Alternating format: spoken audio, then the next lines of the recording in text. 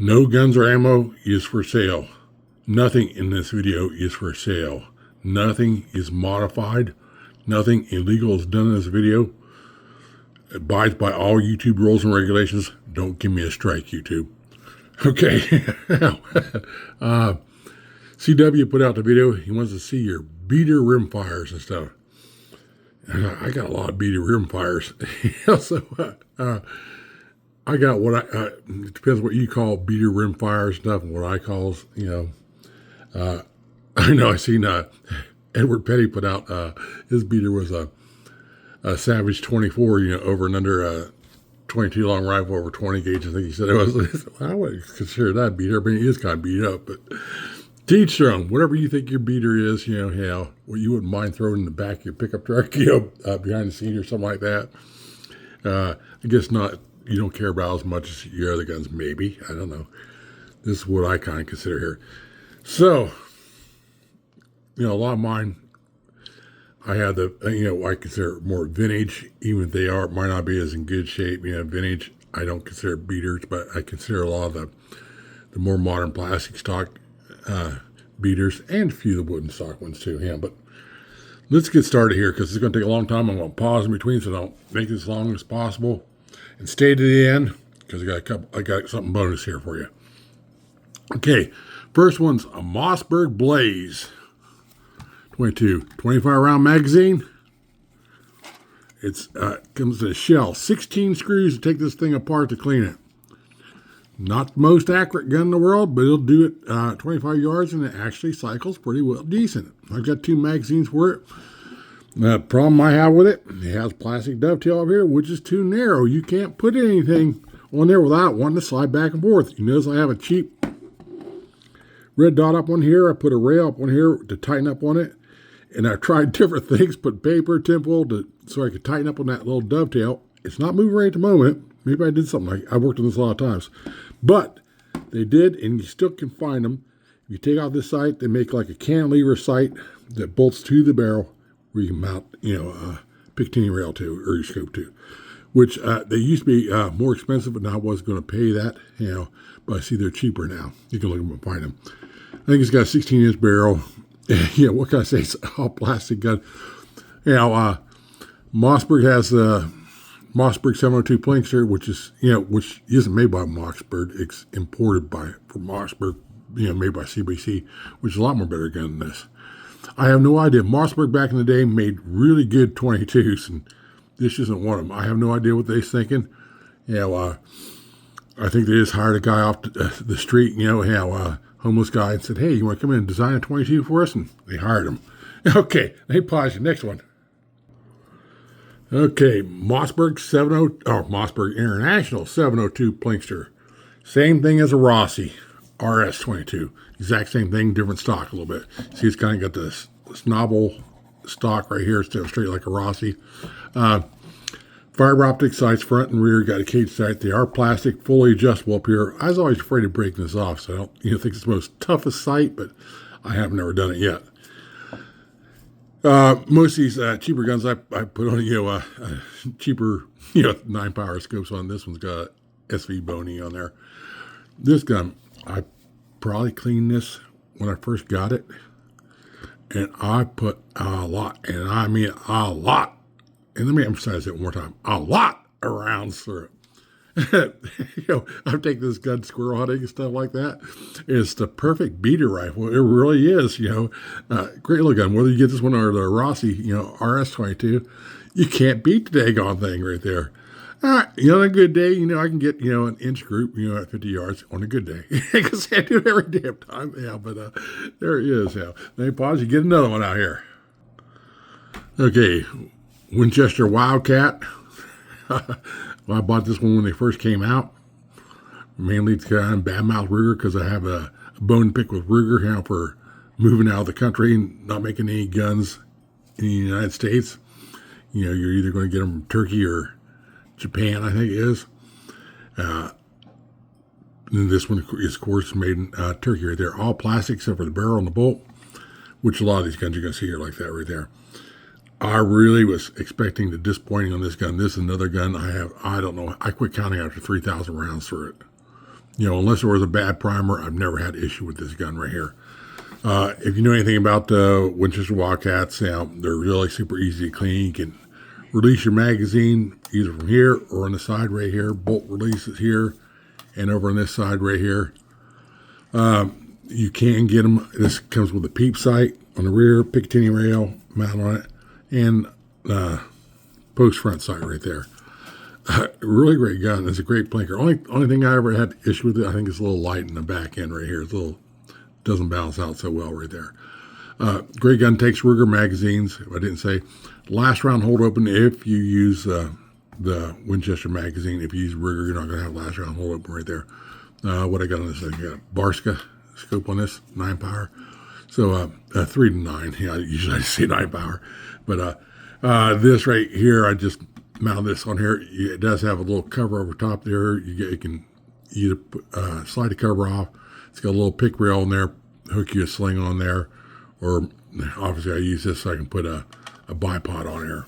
So let's pause and go to the next one. Rossi Gallery, 22 long rifle right there. Got the same fiber optic sights, fully adjustable, and a caged fiber optic front sight right here. Push button safety, pump action. It is dovetailed up here so you can put a scope on this. I don't have a scope on there. I don't think I have a scope on any of my pump action rifles. I don't think I got a scope on any of my lever action rifles. Yeah, just kind of seemed odd to me. I never did do it. Rossi, I also have, which I'm not going to show in this thing right here. I have the wooden stock version, which I like a lot more better right there. Phillips head screws just don't look right on a rifle. I don't know. You tell me right there. Right here's a button for your forearm release down for your slide right there. I bought this on a whim. I don't know why, since I already had the wooden one. I just bought it. I think I almost, I also had the wooden version of the lever action, the Rio Grande, Rio Bravo, whatever it is, and I might have the plastic version of that also in lever action. I don't know why I got it. Yeah, I just did. What I'm saying is, I haven't shot this much at all, but I haven't had any issues with it. But I would consider this thing, one of my beater guns. I wouldn't have to, I like the wooden guns better, the things, but this one, I would consider that. Let's go move on to the next one. Okay, Rossi RB22 bolt action version of the semi-mag, basically, and pump action right there. Same fiber optic sights, front and rear. Bolt action, what can I say about, slide, push button safety.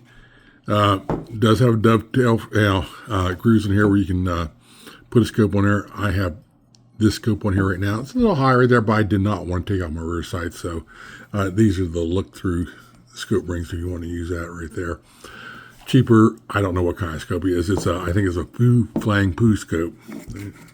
Yeah, I don't know what it has. 3x9. That's all I know about it. Yeah, so when I first got this, I put a higher power scope on it. I start see what it do at 50 yards right there, and I was quickly disappointed how I think I may have tried one type of match grade ammo, and I said, heck, well, I took the big high power scope off it and put this scope back on it, and it's fine for squirrel hunting.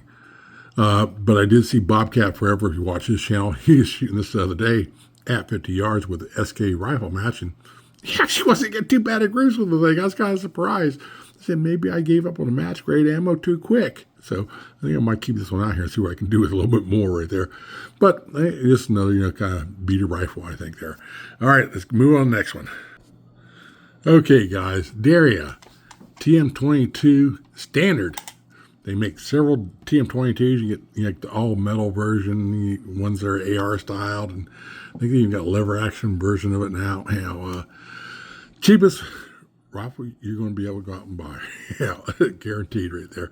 I mean, these are,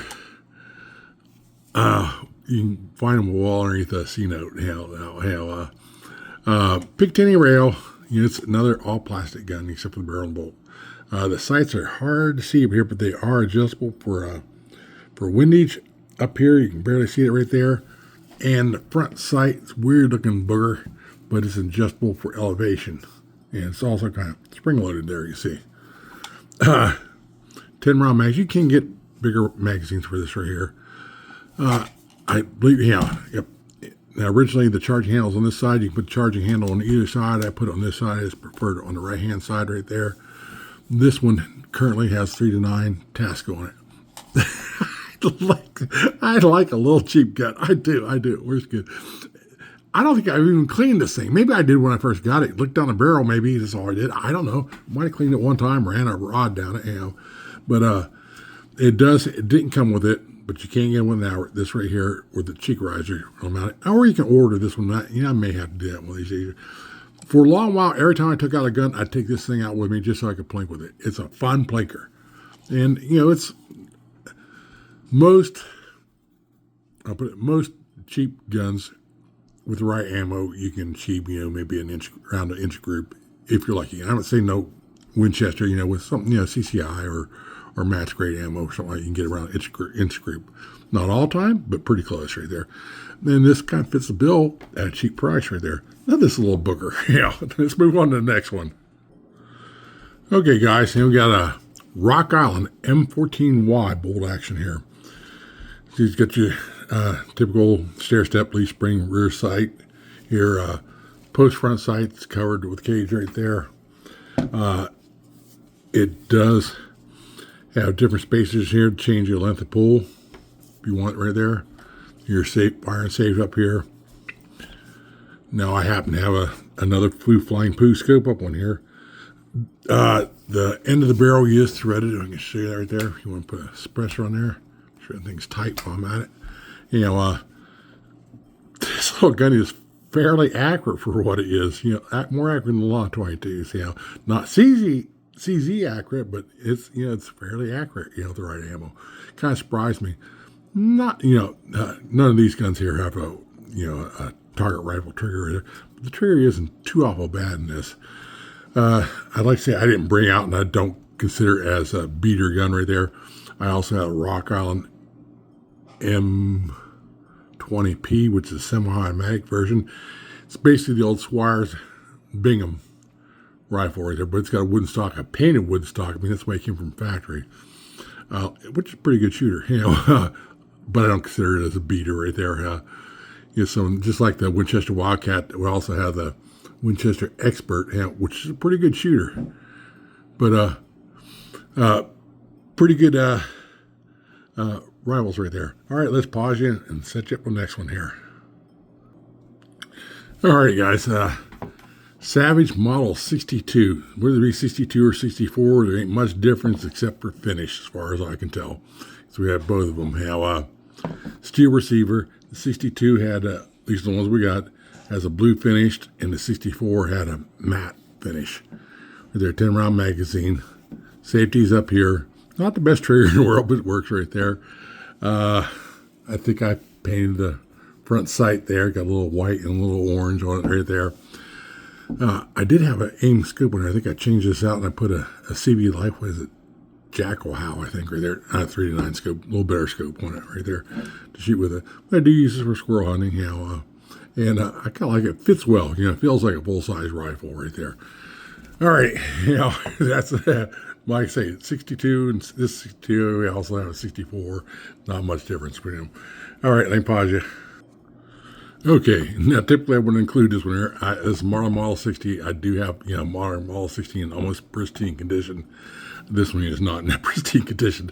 I'd gotten this one and kind of cleaned up a little bit, and it shoots and stuff like that, but it needs refinish, sights put back on it. But I kind of tell you, this one I looked up the date on, it's 1986. In 1985, they put last round hold open on it, so this one has last round hold open. In 1987, they reduced from the 17, 18 round magazine to the 14 or 15 round magazine, something like that, in 1987. So this has the best of both worlds, the last round open and the longer magazine tube. And this has a 22-inch barrel, all the older Marlins do. And I think it was like 90s, early 90s. I think they went with the shortest step being 22-inch barrel. They went to a 19-inch barrel right there. But this one, as you see, someone's actually broke the rear sight off and just using it as a plug right here. And the front sight is missing off there, screw. I mean, I could put that on there. A little bit of painting. I cleaned this up right here, and I was debating whether I should try to take it, strip it all down and do bluing on it. Now, I don't think this is an original color stock right here. I've never seen one like this. It's kind of more of a tannish stock. I think probably some high school boy did it in woodshop class at school, right there. But this I would consider a beater 22 right there. I got another Flying Poo scope on here, dovetail. Love the Marlin Model 60s right there, but this one is in the best shape. That's what makes it a beater rifle right there. Okay, guys, hold on now. I think that's it. Let me check, and I'll get to the bonus here. Okay, guys, only cause CW showed when he was doing his video there, the Rimfire, he showed a shotgun, so I want to show a couple of my beater shotguns right there. I have a lot of shotguns, but what I consider beaters. This one is a Nomad made in Turkey somewhere right there. Let's see. The whole trigger guard pulls back for you to break it down right there. Heavy trigger isn't the best. I can see your thumb slipping off here. Heavy pull on the hammer. Why do I even have this thing right here? I've shot it at least once, I think, right there. Why I even have this thing is there. Now, David, which you'll see him in videos occasionally right there, comes down the sheet, a friend of mine. He'll bring down one of his friends, and one of his friends, they just went down to Rural King or Walmart, one of the two, and I think David bought a gun, and his friend had bought this gun right there and had a receipt for it. He shot it a couple times. He didn't like the way it kicked. It's 12 gauge. Yeah, it's kind of light. So he didn't like it. Sold it to me for half of what he paid for it. So it's right there. I don't know what this is for. Some kind of scope mount right there. Got screws right there. But I couldn't say no for the price. It was that quick. He didn't have it for an hour before he sold it for half the money. But here's my favorite one right here. I got to tell the story there. This old Savage 220D. A buddy might, I always, try to put together guns and stuff, or restore guns when I can. This is years ago before the internet and everything like that. He brung down a box of gun parts, and it was this shotgun all taken apart. Yeah, what all was it missing? It was missing the trigger guard. It was missing the rear safety. It was missing the firing pin. Someone had taken it apart. It was missing the parts underneath the forearm to hold it in place right there. Missing the front bead, and missing the rear butt pad off of it. Like I say, this is days before the internet. Okay, so I ain't even heard of Numerich, I don't think, but maybe I did. I don't know.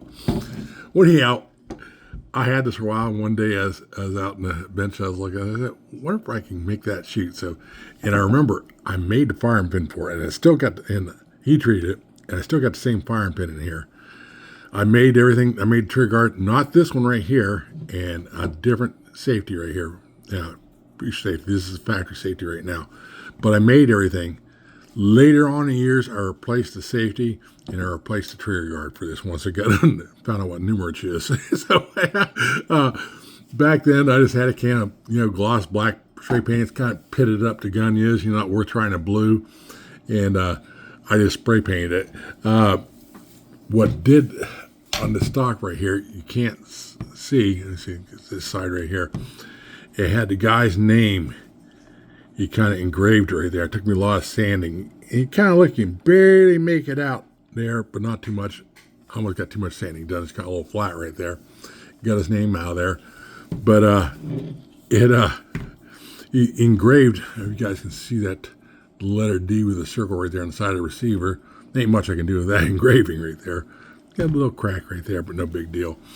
The old shotgun. Yeah, I've shot this a lot, but the best part is after same buddy, he was wanting an old shotgun for a squirrel season. He says, "You got any for sale?" I said, "Yeah, I got one." So, and he come down. I got I hand him this, and he's kind of looking around. And he's like, yeah, a little worse wear, yeah. So I want something for squirrel. And he noticed the letter D there, and he kind of looks better. He goes, "Hey, is that old gun I gave you in pieces in the box?" And I bust out laughing and said, "Yeah, I don't want that dang thing." So, like I say, down underneath here, it did not have any of the conglomeration of the hold forum one. It's missing this little spacer right here also. And just a Phillips head screw there. That doesn't hold anything. I just put a little bit of silicone right there on the barrel and put it on there. But I didn't care. Just to see if I could make it shoot. And like I say, later on in the years, once I found out, I put the proper safety on it and I put a proper trigger guard in there. Yeah, but I think, I also added another BB to the end right here. Now this was, at first I didn't have a BB for it. I put a piece of screw in there that didn't protrude through there, but changed out the BB. I never have changed out this. I thought about doing it, but really should I? It's just, it'll never be worth much for anything. But I shot this a lot. I can't say as I shot, high brass or 3-inch mags through this here, but, all low brass stuff I shot a lot. Took out many raccoons and skunks with it. So, I know it's a good story. And this right here is the epitome of a beater gun, I think, right there. Just throw it there. I could bring out a lot more guns. It's just kind of ones I consider beater guns. And I watched Edward Petty bring out, he showed his beater gun right there, but he also showed some pistols. I go, oh, what about pistols? I said, I got a few beater pistols, but it'd be taking too long right there. All right, guys. Like CW wants to see, and so do I. I want to see your beater rimfires, what you got. What you consider right there, maybe not your most favorite, or your oldest, doesn't have to be a piece of crap, what you have for your beater shotgun. Love to see them. And daggone it, now CW, I'll have to get these things out and shoot them all. So, at least put them back. All right, I thought I'd try to do one long video instead of breaking it up. So let me know what you think, guys, and we'll talk to you next time.